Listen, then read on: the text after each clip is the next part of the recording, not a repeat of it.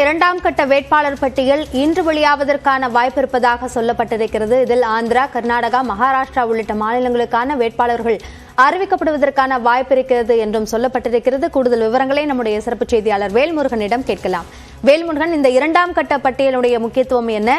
தமிழகத்தைச் சேர்ந்த வேட்பாளர்களுடைய பெயர்கள் அதில் இடம்பெறுமா?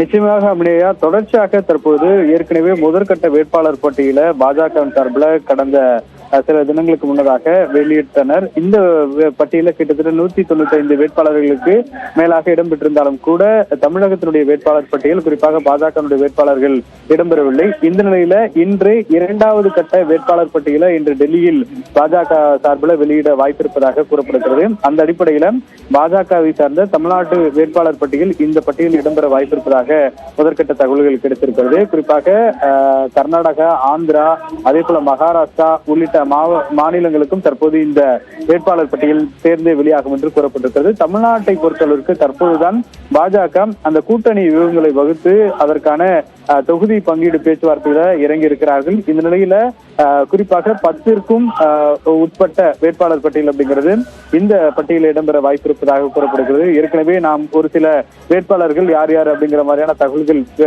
கொடுத்திருந்தாலும் கூட அந்த பட்டியல்கள் இந்த குறிப்பாக இன்று வெளியாகக்கூடிய அந்த தமிழ்நாடு வேட்பாளர் பட்டியலில் இடம்பெற வாய்ப்பு இருப்பதாக கூறப்பட்டிருக்கிறது. எனவே இன்றைய தினத்தை பொறுத்தவரைக்கு பாஜகவினுடைய அந்த முதற்கட்ட வேட்பாளர் பட்டியல், தமிழ்நாட்டினுடைய வேட்பாளர் பட்டியல் இன்று இடம்பெற வாய்ப்பு இருப்பதாக கூறப்படுகிறது. அபிநயா, விரிவான விவரங்களுக்கு நன்றி வேல்முருகன்.